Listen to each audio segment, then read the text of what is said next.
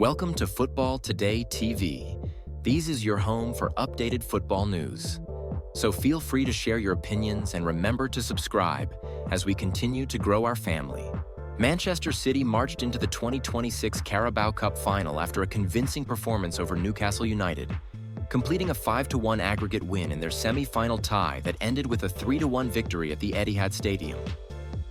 It was a night that showed Manchester City's strength, determination, and tactical power under Pep Guardiola. And it set up a big final against Arsenal at Wembley later in the season. The second leg began with City already holding a 2-0 lead from the first game at St. James Park, and they wasted no time adding to that advantage. Just 7 minutes into the match, Omar Marmoush pounced on a deflected ball in the penalty area and scored, giving City an early lift and throwing Newcastle into a difficult position very quickly. City's first leg advantage and rapid early goal set the tone for the entire night. Only minutes later, Marmoush struck again, this time with a close-range header after good build-up play from his teammates. That put Manchester City firmly in control with a commanding 2-0 lead on the night and 4-0 overall. And it quickly became difficult for Newcastle to find any answers. Before the first half had even ended, Tijjani Reinders added a third goal for City, completing a devastating first-half display. His movement, vision, and finishing helped extend the aggregate lead to 5-0, and by halftime, the tie was effectively over as a contest. Guardiola's side had shown attacking creativity, clinical finishing, and excellent team shape. All qualities that suggest they will be a serious threat in the final. Newcastle did rally slightly in the second half, and substitute Anthony Elanga pulled one back with a quality finish in the 62nd minute. It was a moment that gave Newcastle fans something to cheer, and it reminded everyone that football can change quickly. But by that point, City's early dominance meant the outcome was already decided. The comprehensive 5-1 aggregate success ensured that Manchester City will be back at Wembley on March 22nd to contest the Carabao Cup final against Arsenal. A match that could be pivotal for both clubs' seasons. This cup run adds another exciting chapter to City's ongoing rivalry with Arsenal, who have also enjoyed a strong campaign in both domestic and European competitions. Analyzing the performance, one thing that stood out was City's approach from the opening whistle. Pep Guardiola's men did not sit back or play cautiously just because they had a first-leg advantage. Instead, they attacked with purpose, moving the ball quickly, creating space, and putting Newcastle on the back foot early.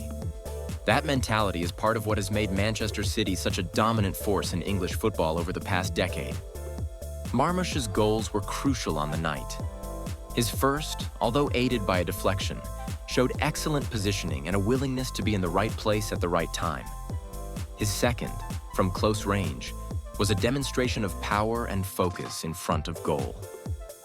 Reinders' strike, a result of a well-worked move, underlined the midfielder's ability to join attacks and make an impact in the final third.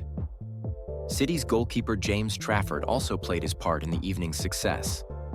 While he didn't face a huge number of shots, his positioning, communication with defenders, and calm presence helped maintain the defensive stability that Guardiola demands. In big matches, that kind of certainty at the back can make the difference between success and a slip-up. Speaking after the match, Guardiola shared his pride in his team's performance. He acknowledged how difficult it is to repeatedly reach the latter stages of cup competitions, especially with rotation and injuries throughout a long season. But he stressed that reaching yet another Carabao Cup final was a testament to the squad's consistency and depth. Guardiola has now guided Manchester City to the League Cup final multiple times in the last decade, showing just how consistent his teams have been in this competition. While the Premier League title might be the most prestigious domestic prize, the Carabao Cup still represents silverware and momentum, and City clearly want to add another trophy to their collection. On the other side of the semi-final, Newcastle United were understandably disappointed. Manager Eddie Howe praised his players' effort, but admitted that City were too strong over the two-leg tie. Howe noted that Newcastle created opportunities but lacked the cutting edge needed to challenge City's rhythm and quality. In the first leg, Newcastle had struggled to take advantage of chances, and that difficulty continued in Manchester, where they found it hard to break down City's well-organized defense. Howe's post-match comments suggested frustration with certain moments in both games, including missed chances and key decisions that, in his view, could have changed momentum. But overall, he conceded that Manchester City's early goals in the second leg put the tie beyond reach before Newcastle could properly respond. For Newcastle, reaching the semi-final was still a significant achievement. They came into the tie as the defending Carabao Cup champions, having lifted the trophy the previous season. However, defending a title is always difficult, especially when facing a club with as much attacking firepower and depth as Manchester City. City's next opponents in the final, Arsenal, come into the match with confidence of their own. The Gunners have enjoyed a strong campaign and have challenged for multiple trophies, including the Premier League.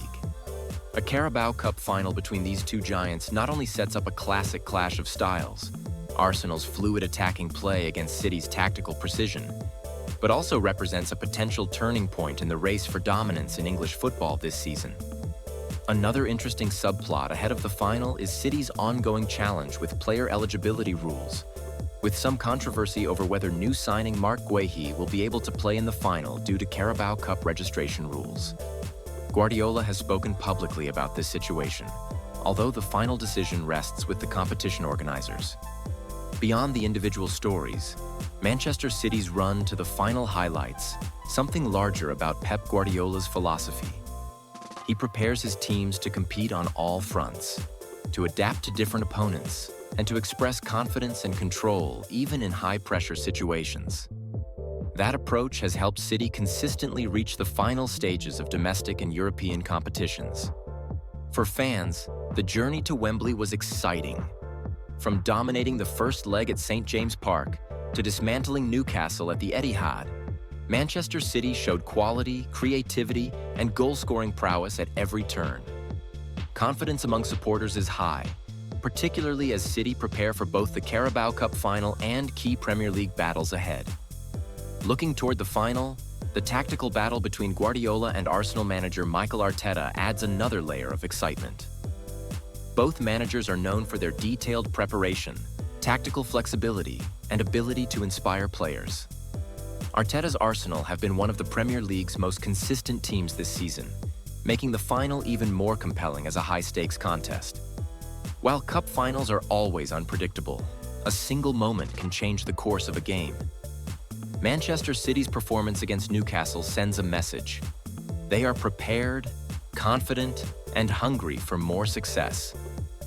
They have shown an ability to score early, impose their system, and manage games effectively. Qualities that could make them favorites in the final.